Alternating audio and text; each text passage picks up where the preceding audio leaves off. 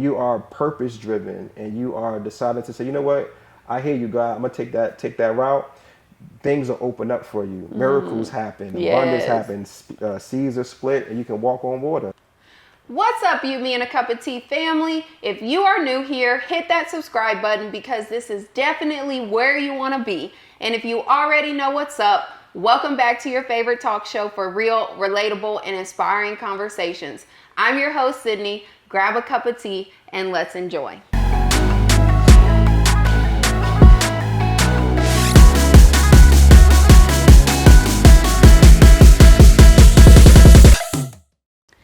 Today on the show, we have a guest who is the definition of defying all odds.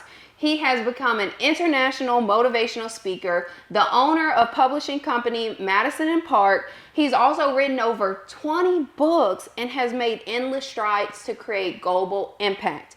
He's even been nominated for an NAACP Image Award. What an honor it is to introduce y'all to Rahfeal Gordon. Hello, Rah, thank you so much for being here. Thank you for having me. I appreciate it. Yes, I'm super excited. When we got connected, found out that you were same birthday as me and everything, I just knew, right? Isn't that crazy? Divine timing. I just knew that you were just a powerful soul. So thank you so much for being here today. I'm super excited about this. For sure. Yes.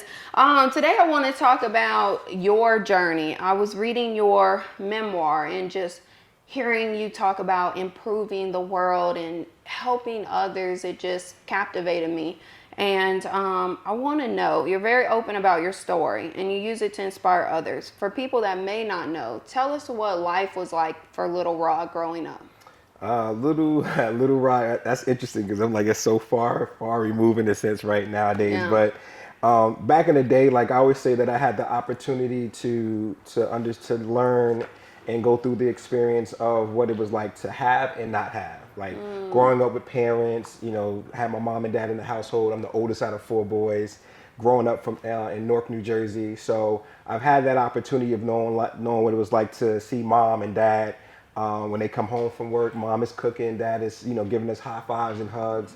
And then kind of slowly seeing that change due to, dealing with drugs and alcohol and how that breaks up a family and all the traumas that comes with that. And so as I was growing up, they got to a point where I ended up with my mom and just my 3 siblings. And we would go from staying where we used to stay in a little apartment in Newark to literally in the car or in the park or in these different shelters throughout Newark. And over time, by the time I got to high school, me and my brothers were all separated. And I ended up being with some relatives and some friends, and then ended up graduating out of high school, going into Montclair State University.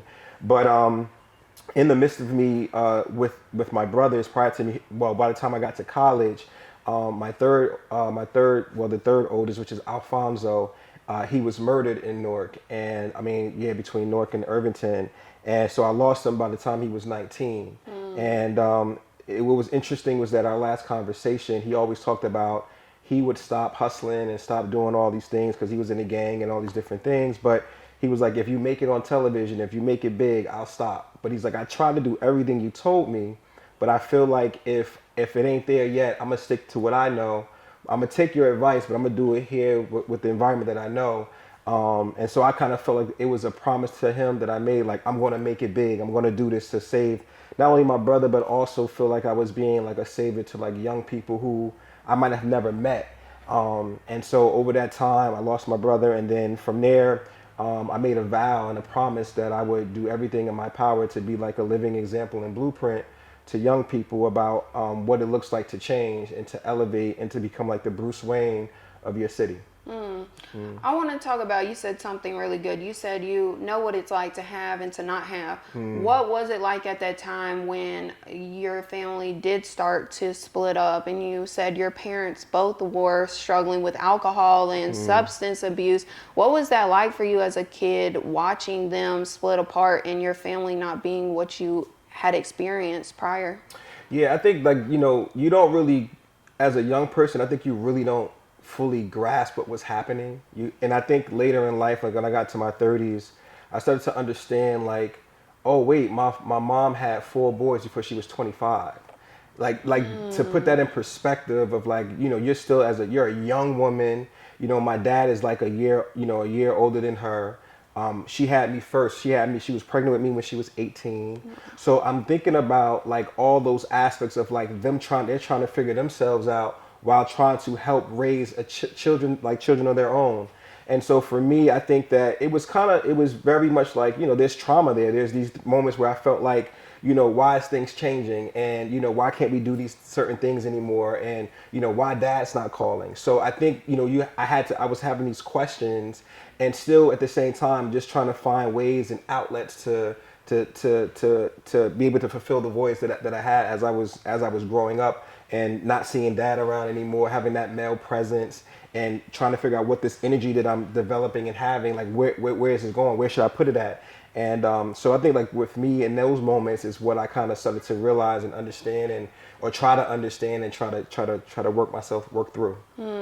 Did your relationship with your mom ever mend? And if so, like how did that look? What was the dynamic after y'all? Oh yeah, like I think reconnect? it's interesting, and that's something that's I think is very unique and beautiful is that in all of the things that was happening at the time, of course, being young, I was very rebellious because I had emotions and I'm trying to figure out and I'm looking for this love that I was yearning for that I wasn't getting in a particular way that I liked or that I seen through other people that had their parents or whatnot.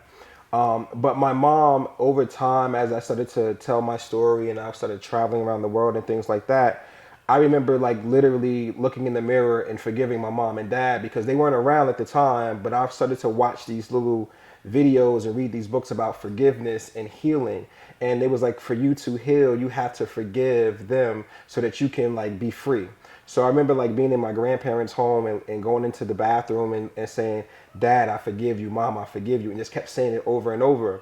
And then as I remember just like seeing my mom and talking to her, there was never no animosity. In the beginning, yeah, I was upset and angry, but I also started to understand what was happening and I also started to understand what my mom and my dad were dealing with. And so when me and my mom had our conversation, she was, I just said like, Ma, I hope you don't feel any type of way about how I'm sharing my story or things like that. She was like, no, never. She was like, I want you to tell the story. I want you to make me proud. She's like, I couldn't be even more proud. And no matter what anybody says, I want you to know like I'm always proud of you. And I think like for that gave me comfort and knowing that as long as she was okay, that everything else didn't matter. But that was most important. That's so beautiful that y'all had that conversation and y'all were able to get there. And you said something at the beginning too that's so good. We have to show our parents more grace than we do. I think that some people, they start to, get stuck in what they experienced in their childhood. And I know like for me, we had our son when I was 23, we're still trying to figure out who we are as adults. Who are we in this world? Who has God intended us to be? And, sometimes it's a hard up and down journey to go through. And so I can imagine for your mom being 25 with four boys, that's hard. How do you navigate through that? And the area that y'all lived in as well, like that's just is different. And so I always think about now too, like I have a lot more grace for my mom. Yeah. I just found out recently at the end of last year that my father that I had not known about my whole life passed away. And this was the first time me and her ever had a real conversation about it. And the first thing I could say to her was that I forgive you, Mom. And I think that if it would have happened years ago before I was a mom myself, I wouldn't have had so much forgiveness and understanding for her. But now it's like, I'm like, man, I'm a mom and I would do anything to, keep my child safe. I would do anything that I thought was the best and the right decision, just trying to make the right choices. And so I think that as you go through life and you become a parent, you find so much more grace and gratitude for just them doing the best that they can. For sure. And I think it's also pretty deep too, because even in me doing my shadow work every day and devotion, I always think about the fact that, there's moments when humans who fall in love with other human beings and, they're thinking about starting a family or being a dad or being a mom, but it's something really something really dynamic and something for you to really ponder on when you realize like your mom and your dad were divinely connected for a moment for you to be here. You understand what I'm saying? So like Yeah. you can't even, with all the issues that we look at as that being wrong or whatever they done, but no matter what we assume, like God created them to meet at a specific moment so that you can be here. And I think like that's one thing that I realized a lot too. I was like, man, it's beyond my thought. It's beyond what I've been exposed to or what I hear in society about, this person's father wasn't there, whatever. But I'm like, maybe sometimes like it's the yin and the yang. Some people are created in the world to show you what not to do. And there are some people who are created in the world to show you what you can do.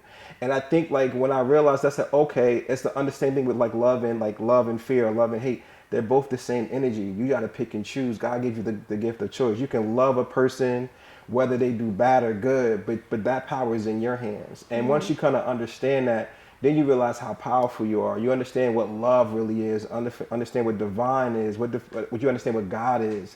And so with even in my situation, like I come from the trenches, and I've loved people where they are. The hustler on the corner, the homeless man and woman that I seen in the shelter, the man and the woman going through their situation, my mother and my father, those who were there, those who wasn't. But I realized something. I was like, but if I appreciate what I learned from them and whatever they're going through, I understand that I'm experiencing life. Like whatever emotion that comes out of that, whatever I see, whatever I learn, whatever connects the dots. And once I realized that, I'm like, oh, that's all divine. That's all divine, what they say, divine intervention or Divine timing. Yeah. divine timing. That's what it is. Yeah, that's so good Yeah. though. That's so Yeah. good. Not everyone that you come in contact with are you gonna get this positive life-changing experience. It may be a negative life-changing experience, but it was an experience that you needed in your life. For And I sure. think that's so powerful. Talking to before we get away from your childhood, you talk about your brother that passed away. Yeah. And he was telling you that he would get out of the streets, Yeah. when you made it on TV. It sounds like that inspired you, but also how heavy was that on you to have did it feel like a burden to know that like I have to rush and get this done so he can get out of the streets? Like, did it make you feel like you had a responsibility to him? Nah, I think I'm the oldest, so you always have that pressure of being the one to lead and protect. If dad ain't there, you got to be the man of the house, all those different statements. I think that when my brother Alfonso, right before with our last conversation, we had this dialogue where he had confirmed to me that everything I had told him to do, he did. I told him to get a job, he got the job. He was like, I don't want to work at McDonald's, the money coming in slow. I mean, you telling a young kid who was probably making a couple of hundreds, in a day, and you telling him to work for $8 an hour, $7 an hour. Like, he's like, this is crazy, and then you got him going back to school. He's like, this ain't for me. So for him, he's like, you my big brother. I'm going to always take your words as gold. But what was interesting is that I'm my brother's keeper. Like, so I think that for me, I had a responsibility regardless to be an example, whether you choose to follow me or not, but you're going to know that there's always going to be your big brother who's going to be this blueprint. And then you realize, like, you fast forward, and then 2 years later, the man that took my brother's life, we found him, and then literally I met him. And, I could have had all this anger, and I could have been super like, could have went totally left. But I said, no, I'm going to be the person that breaks the generational curse here, or to break the chain. And I'm going to forgive him, and forgave him in front of everyone. But I also told him, like I told my brother, also to reconfirm what I told my brother was, I looked the man in his eyes and said, I'm going to be one of the most powerful individuals in the world. So as long as you live, I'm going to keep on becoming more and more powerful. And I watched the judge tear up, the lawyers tear up. And I remember just like nobody would show up to the court. And then when I leave, I gave my grandmother was there. I gave her a kiss on the forehead, like, I'm going to work. And I remember a pastor gets on the elevator and just said to me, he was like, do you go to church? And I was like, yeah, but not all the time. He was like, man, he was like, as many people that I've met, he's like, I've never seen someone do what you did like that.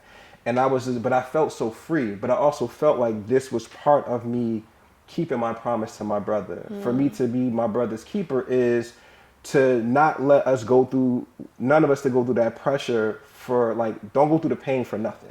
Like, don't be raised in the trap. Don't be in the trenches and glorified when you can get out. At a certain age, at a certain mindset, you got to be like, because I think, and I don't want to get too far into it, but I remember telling some friends of mine who's never been in my situation, and they glorify it. And I said to them, I said, when you go through something, you're not impressed by what someone is glorifying that you're trying to get out of. When your goal is to get out the trap, it's not to stay there.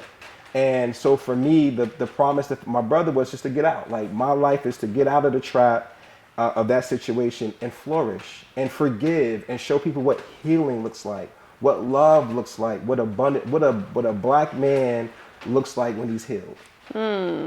Despite anything that you've experienced. Yeah. Yep. Despite the odds. Yeah. That is so good. And you truly have like lived that life and have defined that. And super proud of you, because everything that you're doing is amazing. I want to take a minute and I want to talk about something that you said in your book. I think that it's really important that we talk about when certain things are happening in our life, great things, and when the trajectory kind of changes. I want to read this line in your book. So you were talking about how you got flown to LA, for a TV show. Yes. And you were saying that you ended up tearing your Achilles tendon, and you were unable to walk, so you couldn't do the show. And you said you went into a deep depressive state. You lost the television show, dropped out of college, and had no money from your event planning business, and was back in the hood thinking there was no way out. I want to take a mental health moment, because here at You, Me, and a Cup of Tea, it's all about brewing resilience. Right. What was this moment in your life like when things are going good, the momentum's picking up, and you're getting these gigs, and all of a sudden this happens, and you're back in your hood feeling like you're back in the same place again? What did that feel like for you mentally, and how did you overcome that depressive state? I think for what was it for me? It was what was it like for me? In the beginning, it was amazing when everything was happening, right? I felt like, all these producers because it was a TV show on BET, and I was I was going to be one of the lead characters, and everybody's excited to be having all the events. But once I tore my Achilles, it was going like that, and I didn't have a plan B. And so for me, it felt like I lost. Like, I felt like everybody was now, because again, even though social media wasn't as intense as it is now, but when I look on Facebook at the time, looking on MySpace at that time, everybody seems to be like doing their thing. Like, everybody was graduating. Everybody the people that I had as my cast members, they already started to get shopping sprees, and they're getting all these flights and going here and there, and they about to film the first episodes. And I was just sitting on the porch with my leg up, hurting. And at the time, it was tough because, again, I had already lost my brother. Like, it was all these, and this is all within a 2-year, 3-year period. So for me, it was just like, and I was in my early 20s, so I was just like, I don't know what to do. Like, here I am now thinking I was going to be out. So for me, I think that was very tough. I think that what got me out of it was the writing. The woman, her name was Tova. She was working at Black Enterprise when I met her in LA, and she wanted to publish my story, my book. She's like, every day just write about what you're experiencing, just a different topic. And that helped me a lot, like just writing. And then as I was writing every day, I started to realize certain things that I could do, and ideas started flourishing. And but I think like writing, and then had friends that would come over and just sit with me for hours and just talk. So I think like having a circle, a village to express what you're going through with transparency, and they are a safe space, was one of the couple of things that helped me out during that time. But also realizing that that what some of my friends would say is like, maybe this is because there's something bigger for you. That was the common language, was there's a bigger door, you know, like, all the greats have all had to go through a moment like this. So people were kind of giving me reconfirmation that, no, you're on the right path, brother. Like, you got a TV deal that you lost it because you got injured, but you have the energy and vibration to go to that level. So there's no telling what's next for you. And yeah, it definitely got big for me. That's so good. You got the energy and vibration. That's a fact. it. Yeah. Sometimes we get so upset when things don't work out the way that we thought they should, but it's because something else. If that can happen for me, then this can happen too. For sure. You know what I mean? Sure, if I have that energy to receive that, then I have the energy to receive this, that, and the third. You know what I mean? So, and you got to maintain it, though. I think it's important too. Like, people have to understand, like, you know, when you, how they say, calm waters doesn't make a strong sailor. So, like, you got to learn to navigate, be a strong sailor in calm waters and in rough waters. Because if you can maintain your frequency, vibration, your energy, your spirituality, your love, if you can do it through the midst of and your personal trenches, like, when you come out of it, you're a powerful woman, you're a powerful man. So I think, like, those are very important to remember. Like, you got to learn how to maintain, and, like, you know, like Nipsey always said, like, you know, the marathon continues, but that's also with how your mindset is. It has to always be consistent and know that you can get through it no matter what. That's so good. That is so good. Thank you for that. People need to hear that. For sure. Yeah. For sure. You got to be able to sustain life through the good and the bad. Absolutely. You have to. Absolutely. Or you'll never overcome or grow through anything. That's a fact. So, contrary to people's beliefs, you know, everybody thinks that when success comes, you know, bad things just stop. That, you know, the bad things just stop. I want to know, having your company, being an international motivational speaker, doing all these things, getting out of the trenches. Yeah. What has happened in recent years that's been one of the hardest obstacles you've had to face while running your business at its prime? When it's the hardest? Yeah. That's hard. What is the hardest? I think it's just balancing life, like balancing making time for self while serving others. You know, no matter what business you're in the business of serving. And sometimes people ask for more. I learned this too. Like, sometimes people ask for more than they deserve. And so they'll pull from you and they'll take from you, and you'll give your last energy, time, space, and that can burn you out. And so I think the hardest for me has been dealing with, like, just balance, which I think any entrepreneur has to deal with. But then also what's been hard is understanding that I always saw the nouns, the people, places, and things. Sometimes what's been, like, really tough is knowing that you got to let go of the nouns that you've been used to. So the people, the places, and things that you're used to be comfortable around and enjoying for a couple of years, that when you get to certain levels, certain things got to drop off.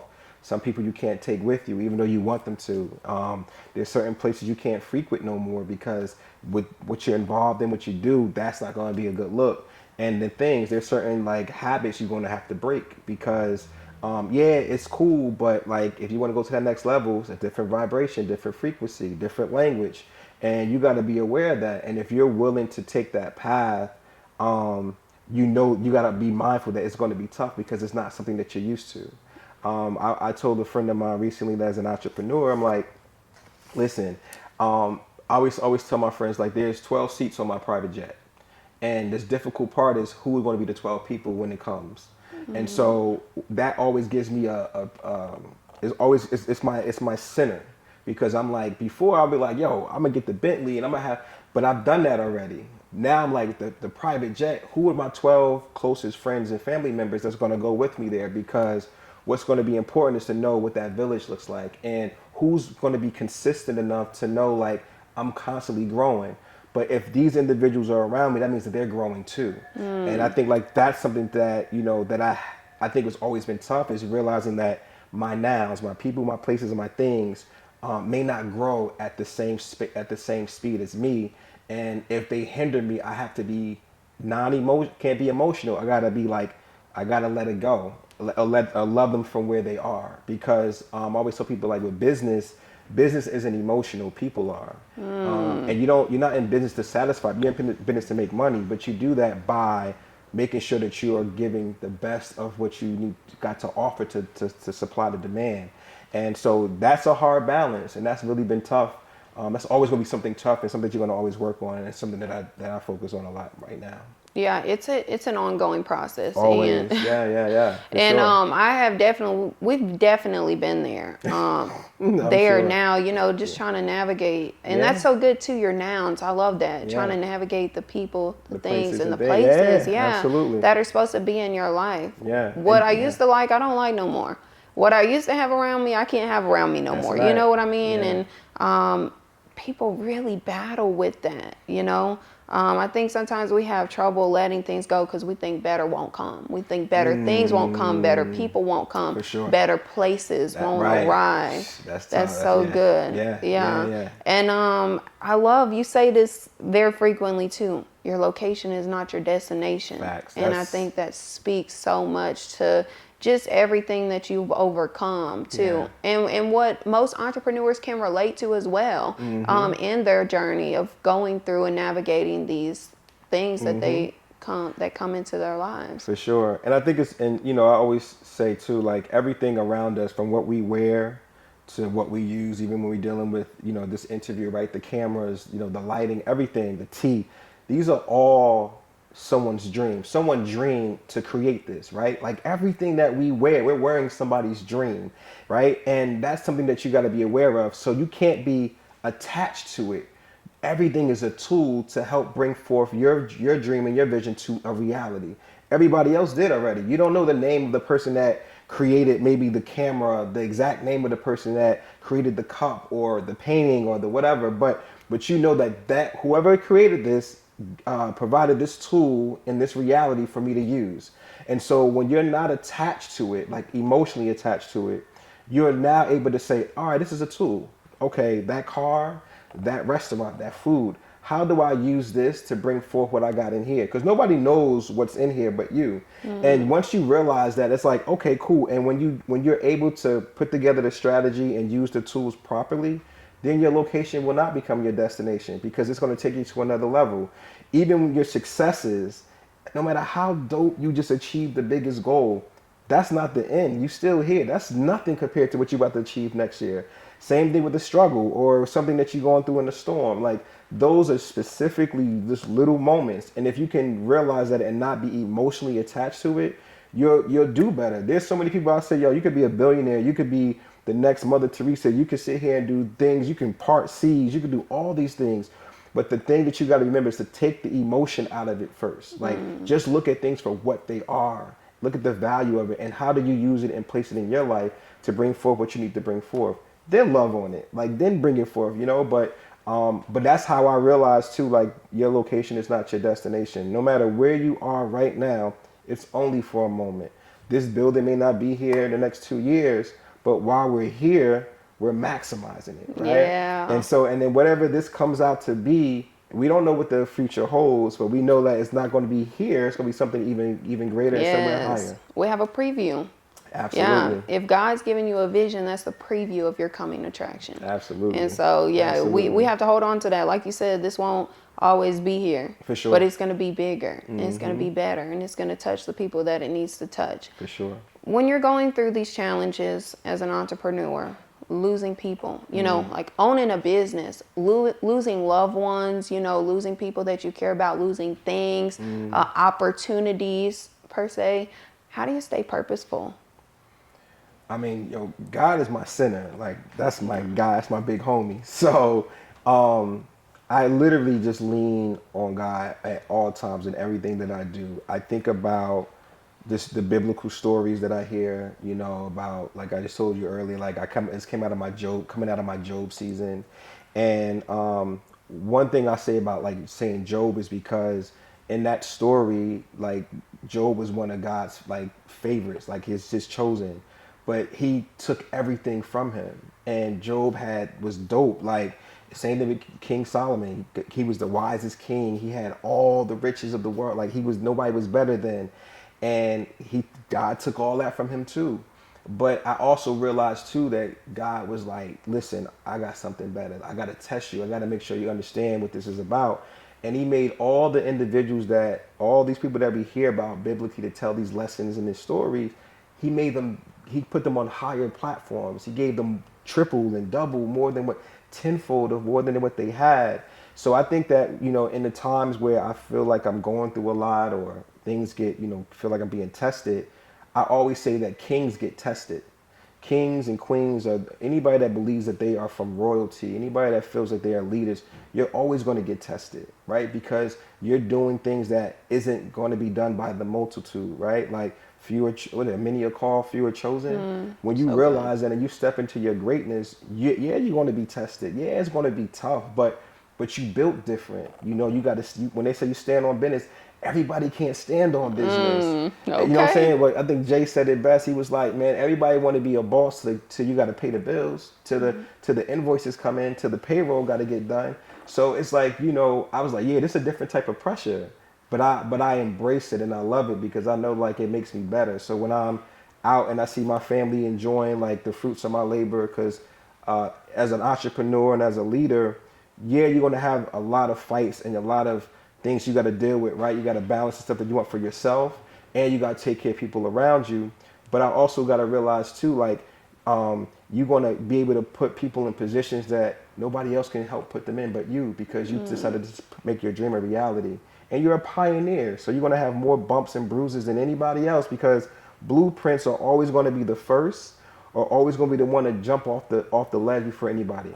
And no one can never, you respect the person that says, you know what, I'm going to take this. Like I dropped out of school my senior year in my last semester just because I told my friend, I was like, I'm going to lean on my faith more than I'm going to lean on my degree. And I went back to school 2 years later because they made sure that I got a degree, but they gave me they call it life credits because I was already doing what they were already teaching. So all I had to do was come back to school and lecture in my classes that I was supposed to take as a student, but because I was already doing and taking the leap and walking that path, the deans and them worked it out for me to get my degree. And I was like, yo, this is something that, again, when you are purpose driven and you are deciding to say, you know what, I hear you, God, I'm gonna take that route. Things will open up for you. Miracles happen. Abundance happens. Seas are split, and you can walk on water. That's beautiful. Like literally. Yeah, that's so good. But I feel that, like, we were just talking about my spiritual journey before we got started. Right. And when I tell you, like, one of the biggest things I pray every night is, thank you for choosing me. Not everybody gets chosen, and I'm grateful to be chosen for such a big purpose, to impact so many people. Like you said, it's that you have been put in this position so that you can put other people into their positions, and that's powerful. Yeah. And that's powerful, and I'm grateful for that. I'm grateful that God chose me for that. And for sure. I'm just grateful for you coming today. Like, this was This is so dope. good. This is dope. Really good. Yeah, like, absolute. Everything that you've experienced in your childhood as an adult is still now, because it's an ongoing journey. For sure. But you have helped so many people. You have stood on stage and you have been bold and just walked in your purpose. So thank you for doing that. Thanks for giving that to the world. And I'm super excited that you came to have some tea with me today. Absolutely. This was so good. This is dope. This was so good. I want want you to let everyone know where they can find you, where they can connect with you, and anything that you have coming up that you want people to know about. Sure. So you can find me on, you can go to my website, Rahgor, which is RAHGOR.com. Same thing for Instagram, Facebook, Twitter. It's all the same. What's coming up? Right now, I'm just publishing books for authors. So like most of all my new writers, if you're a writer, if you're trying to get a book published, you want to see the world, my agency is called Madison and Park. You can go to the website too for that. It's MADPAR, MADPAR.com. And right now what we're doing is we're publishing these books. We have a series called How I Wrote It. And after all my authors are publishing with their book, we premiere their episodes at AMC Theaters. So that's going to be exciting in New York City. And we're just touring the world right now. So I'm on tour doing my thing with the Candy Kingpin book, my latest.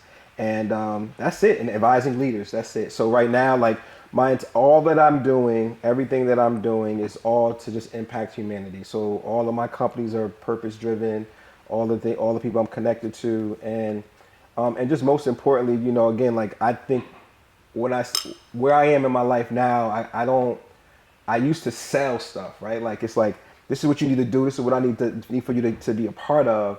But what's interesting enough is that I walk in this thing now where it's like what's for me is for me, right? Like I always say Bruce Wayne the game. Like I want to be I am like, you know, this leader and this entrepreneur that's making impact around the world, but Bruce Wayne, or just say Batman, is my favorite superhero because he's the only superhero that could be considered a human being for sure, for sure. He didn't have any superpowers. He just had his network. He had his money. He also had a traumatizing background. He lost both of his parents, right? Like he was in a boys' home. So Bruce Wayne is also Gotham City is the hood. It's the trenches. It's this inner city. And so for me, it's like I want to be the Bruce Wayne of my generation. So whatever that looks like and however I can do that, I do it through the books, you know, helping people build their businesses and showing people like, you know, showing them how to be a blueprint. So that's it for me now. Like I live in purpose, and I think God just aligns everyone in on my nouns and put it in alignment for me to do what I'm doing now. So that's so good. That is so good. I love that. Teaching people how to be the blueprint. Yeah, you got to. You got to. Okay, I'm a blueprint. I like There you that. go. Yeah, that's what's up. I like that. That is so good. Absolutely. Thank you so much again. I You're really welcome. enjoyed this. Thank you so much for just coming on and telling people your journey and inspiring the world. Thank you. For sure. Thank you so much. And if y'all haven't already, make sure you subscribe to the channel, like, and comment on this video, and we'll see you in the next one. Cheers. Cheers. Like the tea is good.